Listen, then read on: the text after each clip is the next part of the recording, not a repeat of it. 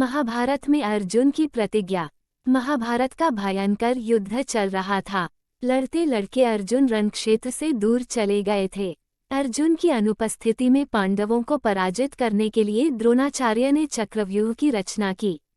अर्जुन पुत्र अभिमन्यु चक्रव्यूह भेदने के लिए उसमें घुस गया। उसने कुशलतापूर्वक चक्रव्यूह के 6 चरण भेद लिए, लेकिन 7वें चरण में उसे दुर्योधन, जयद्रथ आदि 7 महारथियों ने घेर लिया और उस पर टूट पड़े। जयद्रथ ने पीछे से निहत्थे अभिमन्यु पर जोरदार प्रहार किया।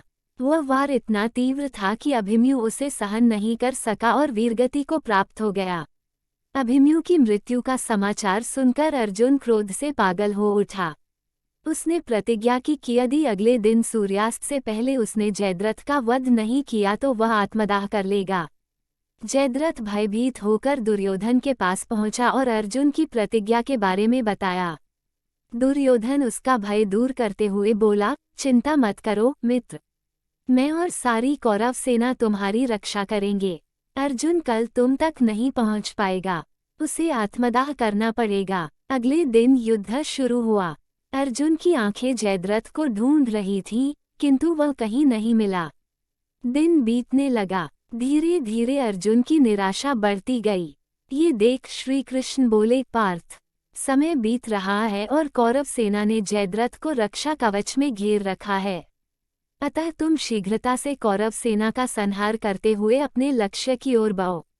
ये सुनकर अर्जुन का उत्साह बढ़ा और वह जोश से लड़ने लगे।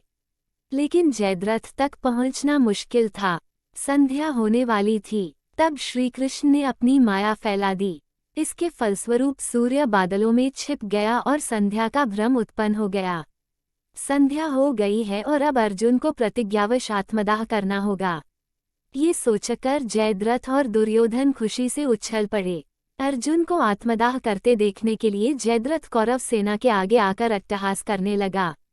जयद्रथ को देखकर श्री कृष्ण बोले, पार्थ, तुम्हारा शत्रु तुम्हारे सामने खड़ा है। उठाओ अपना गांडीव और वध कर दो इसका। वह देखो अभी सूर्यास्त नहीं हुआ है। ये कहकर उन्होंने अपनी माया समेट ली। देखते ही देखते सूर्य बादलों से निकल आया।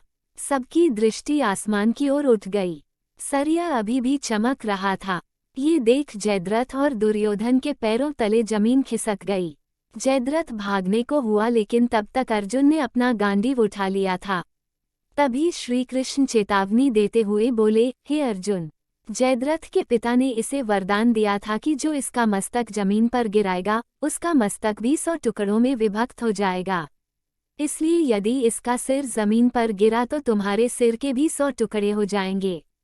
हे पार्थ, उत्तर दिशा में यहाँ से 100 योजन की दूरी पर जयद्रथ का पिता तप कर रहा है। तुम इसका मस्तक ऐसे काटो कि वह इसके पिता की गोद में जाकर गिरे। उद्धरण चिन्ह। अर्जुन ने श्री कृष्ण की चेतावनी ध्यान से सुनी और अपनी लक्ष्य की ओर ध्यान कर बाण छोड़ दिया।